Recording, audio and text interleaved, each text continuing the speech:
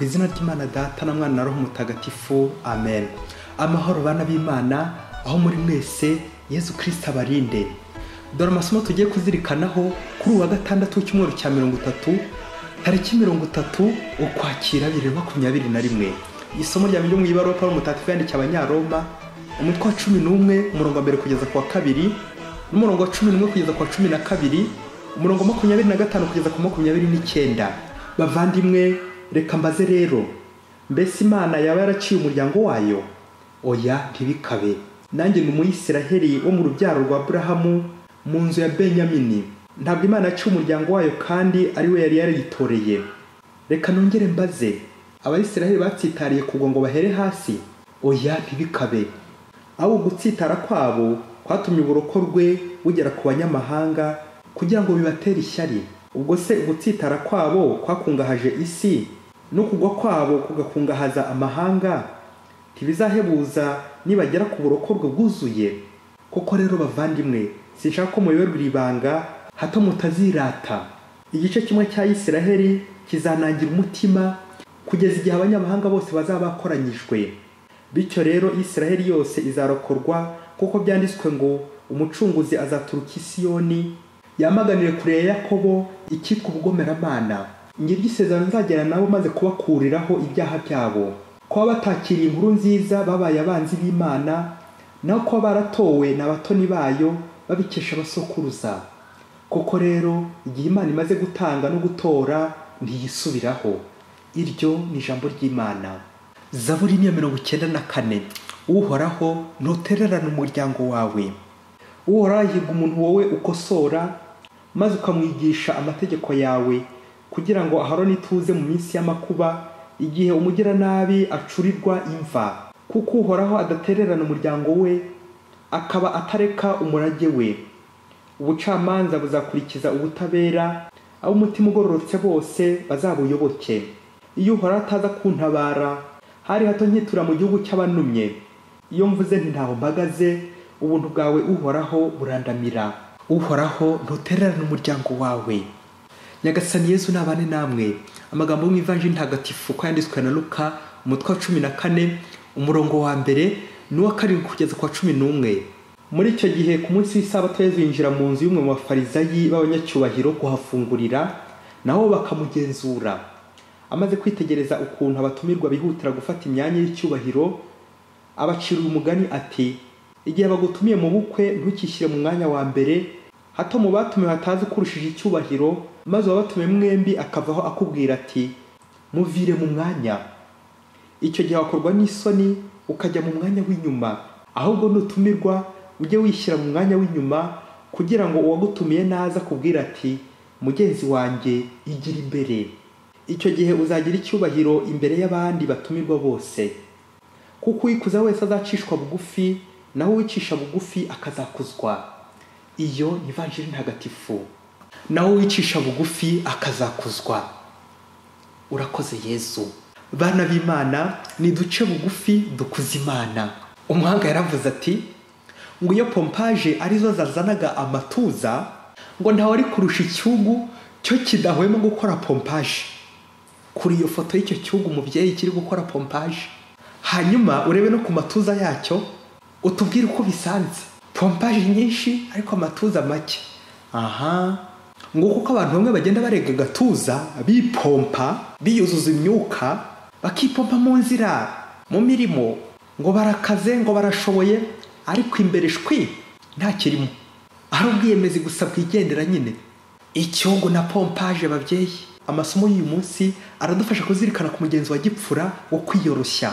Tutahwemye kuvugaho no mu minsi yashize rya jambo ry'igifaransa humilité, bivuga kwiyoroshya, biva ku kilatini humus, bisobanura igitaka, ifumbire, isayo. Wa muntu wiyoroshya rero nujya hasi nyine ku gitaka kamera nk'igitaka, agasuzugurika kugira ngo abandi bubahwe, akajya hasi kugira ngo abandi babe bajya hejuru, bakamugendaho bakamugenderaho bajya hehe mu ijuru. Ukamera nk'ivu nk'umukungugu, ukajya hasi, ukaba igikoresho cy'abandi, ukitanga, naho kubiyemeza bo bajya hejuru kwa kwipompa, bagakandagira abandi bakabagira ubushingwe, bagahanira imyanya yo hejuru ya myanya ya mbere, kwibonekeza, kwishyira hejuru, mbese imilite ni uguseba mu maso y'abantu ariko imbere y'Imana ugakuzwa. Ni nabyo Yesu yatubwiye mu isomo rya mbere. Pawulo mutagatifu ari kunenga ubwiyemezi bw'Abayisiraheli biraye kwa kwirara, bakibwira ko batowe n'Imana, babize ngarame, bagatangira kwemera no kunangira bitabuze, none ubukire bwigire mu banyamahanga muri ya systeme y'umurwaza. Ati byanjye mbyirire. Pawulo mu isomo rya mbere yagize ati rero bavandimwe, sinshaka ko muyoberwa iri banga hato mutazirata. Igice kimwe cy'Abayisiraheli kizanangira umutima kugeza igihe abanyamahanga bose bazaba barakoranyijwe. Amen. N'abanyamahanga, abo banyamahanga urimo nanjye ndimo. Rero hasigaye nitwiyoroshye twakire Kristo umucunguzi ataha iwacu muri bwa bwiyoroshye bw'umutima. Wowe uko ibintu byiramverisa, uko Abayisiraheli bahoze nyine ari abambere umuryango w'abatowe, birangiye nyine babaye abanyuma. Kubera iki? Ubwirasi, ubwiyemezi, kwipompa cya cyugu. Na Yesu nawe mu ivanjiri aratubwira, nyuma yuko amaze kwitegereza ukuntu abatumirwa bihutira gufata imyanya y'icyubahiro, cyane cyane iyo wihaye umwanya utari uwawe ukorwa n'isoni ugaseba. Bishushanya mu Kristo ushobora kwiruka mu by'isi cyane agatera imbere pe, agakira, akabona ibintu n'ibintu, amafaranga menshi, za promotion sinakubwira, ariko ku munsi w'ubukwe mu ijuru nta mwanya afite. Imana ikaba yakubwira iti subira inyuma gato, nta mwanya ufite mu nzu y'Imana. Ibaze nawe kubera iki yishyize hejuru akiri hano ku isi. Ubwo Yesu yagize ati uwikuza wese azacishwa bugufi, nawe wicisha bugufi akazakuzwa. Amen. Kureka tugakuzwa n'Imana. Umuhanga witwa Gilbert ati un intellectuel sans humilité est un dangereux imbécile. Umunyabwenge utiyoroshya ngo ni umuswa w'indani, wa wundi nyine utazi ubwenge ubona zero. Ni koko abakristo bavandimwe, umuntu wese ushaka kwegera Imana aca bugufi. Iyo umuntu agiye gusenga agomba guca bugufi, agapfukama, akaramya. Adoration, on fait l'adoration à genoux. Ubuhanga n'ubwenge nyabyo bishingiye mu guca bugufi. Burya kwiyoroshya ukishyira hasi, humus, igitaka. Mu bintu byananiye shitani ni uguca bugufi. Shitani ntashobora kwegera Imana, ntashobora gupfukamira Imana. N'abakorana na shitani nabo kwiyoroshya byarabananiye, bose birabagora. Kubera iki? Banga guseba, banga kuba humus, igitaka. Umunsi umwe mu ruganda rumwe rwo hirya kure cyane muri Afurika, bose yari afite umusore w'umunyabintu yizeraga cyane pe, nuko amushinga umutungo wose w'uruganda, amafaranga, ibintu n'abakozi. Ahasigaye bose nyine akajya gusura izindi nganda ze. Uruganda hari higanjemo abakozi b'abakobwa, genre féminin. Bose rero yazaga buri kwezi kureba aho imirimo igeze, kuri kugenda neza mu ruganda. Ariko icyamutunguraga nuko asanga hari ihindagurika ry'abakozi rikabije. Nuko nabonye atangiye kugenda homba, ahamagara umunyabintu we amubaza impamvu buri kwezi asanga yahinduranyije abakozi. Abagiye kumenyera ngo bakomeze akazi neza, agahita birukana. Umunyabintu aramusubiza ati abakozi baragoranye cyane, n'abanyagasuzuguro, birirwa bagusebye wowe databuja, bakagutaranya impande n'impande. Ngewe rero nabibona bikambabaza bikanshavuza, nk'umuntu wanyizeye akampa akazi nkumva ari njye bari gusebya, nkumva ntabyihanganira. Umuntu usebeje databuja. Nuko shebuja yisubira mu zindi gahunda ze, abaramuretse. Yongeye guhindukira nyuma y'amezi 3, noneho aratungurwa asanga noneho hari umukobwa umwe washoboye kuramba ku kazi. Bosi noneho ashima umunyabintu we ati noneho komerezaho, ntukiri kwirukana abakozi banjye, mu minsi iri imbere ndaguteza n'intambwe ngo uzamure mu ntera, ngo ni nko kumwongeza agashahara. Wa mukobwa wari ushoboye kuramba ku kazi ngo we ntasuzugura, ngaho ni mufora impamvu yarambye ku kazi. Aza kugira cyandika ubutumwa bugufi, message ati yanda wanteye nabonye udufasha kuyikuramo, nkuko wabinsabye ngo udaseba bakakumanura mu ntera. Shakisha rero $100 by'amadolari unjyane yo kuyikuzamo bitarakomera, ubundi twikomereza imirimo y'uruganda bitiro bigera kwa bosi w'uruganda, hato atazatwirukana. Ngaho fora uko byageze kuri iyi message. Wa mukobwa na stress nyinshi yari afite, ubwo yari yanditse muri telefone ye bosi wa mbere na bosi wa kabiri, aza kugira atya aribeshya bya bindi shitani abyiniramo ababyeyi. Iyo message ayohereza bosi wa mbere. Ubwo message bigize ite? Irayobye. Message yayobye. Kurura iyo foto y'iyo message yobye, ari wowe wumva ukuntu byaguhanda. Bosi mukuru rero iyo message ayibona ari mu nzira agiye kongeza umushahara wa munyabintu we. Byumvikana yagiye kumwongera nyine inshingano zimuzamura mu ntera, ngo ajye yoresha igitiyo noneho. Nuko asubiza wa mukobwa amwandikira amumenyesha aho bahurira kugira ngo babiganireho. Wa mukobwa hageze asanga ari wa bosi mukuru, isoni ziramumba birumvikana, atungurwa nuko ya message yayobye. Nuko bosi mukuru aramubwira ati aho gutanga amafaranga ukuramo iyo nda, reka tuyatange mu kwita kuri uwo mwana, bityo ntumugire nabi, umureke nawe abeho. Wa mukobwa wumvise ko bose amuhumurije, uwo ntibikunze kubaho, nibwo noneho yatangiye kujya amubwiza ukuri kose n'ingorane abakozi bagiye bahura nazo zose mu ruganda rwe. Ngo umukobwa wese umunyabintu yasabaga ko baryamana, amwizeza kuzamwongeza umushahara no kuramba ku kazi, yabyanga agahita amwirukana.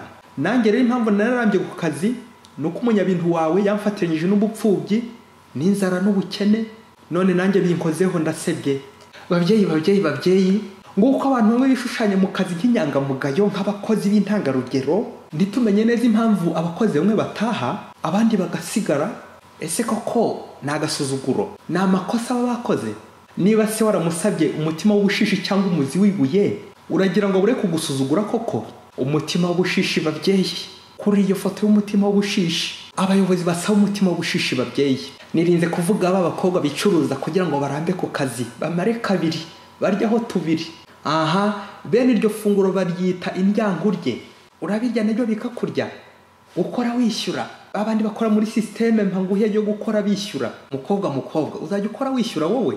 Kwishyura umutima w'ubushishi. Bakristo bavandimwe, umuzi w'ubwirasi uhamagara indi mizi myinshi, ibindi byaha byinshi: akangari, kwiyemera, kwikuza, kwirata, kwibona, kwibonekeza, kwishyira imbere, kugaragara cyane, kwigaragaza, igitugu ngo ninjye boss yashinze ibintu bye, ngo ndi mu bavuga rikijyana, ukibaza iyo rijya rikakuyobera.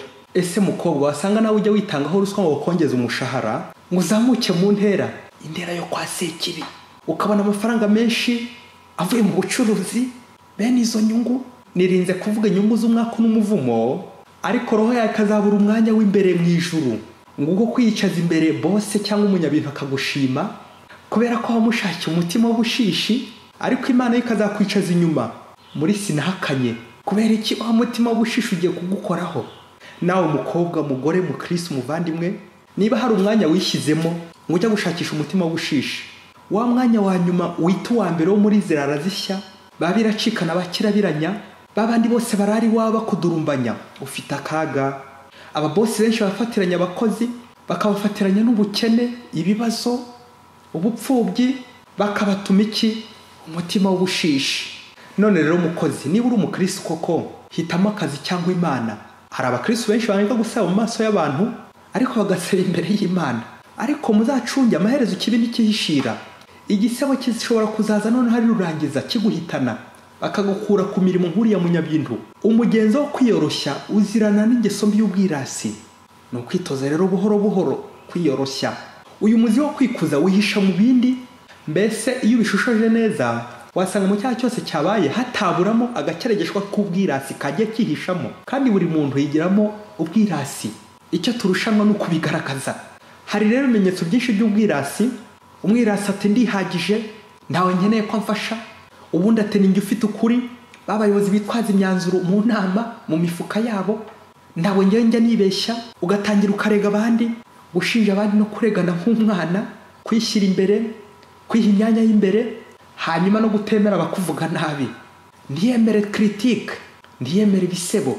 Umuhanga Alfred Auguste ati l'orgueil satanise nos passions, l'humilité les divinise. Ubwirasi butuma shitani avogera imigambi yacu n'ibyo dukunda, naho kwiyoroshya kuzana Imana mu byacu. Naho umuhanga Cicero ati plus on est placé haut, plus on doit se montrer humble. Ukugenda urushaho kugenda utumbagira buri munsi, nani ko akagombye kugenda urushaho ugenda wiyoroshya buri munsi. Dore umwitozo devoir à domicile, uze gucekinga, uze gucengera, wigenzure, urebe niba ibikorwa byawe bya buri munsi, niba ntaho ubwirasi bwaba bwihishe. Kwa njyewe jyenyine, ngo nuko nteye, ngo mvuga rimwe gusa, ngo ntawe mvugiramo, ngo ninjye utegeka hano, n'ibindi. Uwo mukoro babyeyi, Nyagasani Yesu mu mutima wiyoroshya, ndusheho kugukunda kandi ngukorere, mfashe n'abandi kukwegera mu bwiyoroshya no mu rukundo. Amen. Mwese Imana ibahe umugisha. Imana Data na Mwana na Roho Mutagatifu. Amen. Padiri Musumbuko Ladislas, Diocèse cya Rubavu. Yesu wakokwenda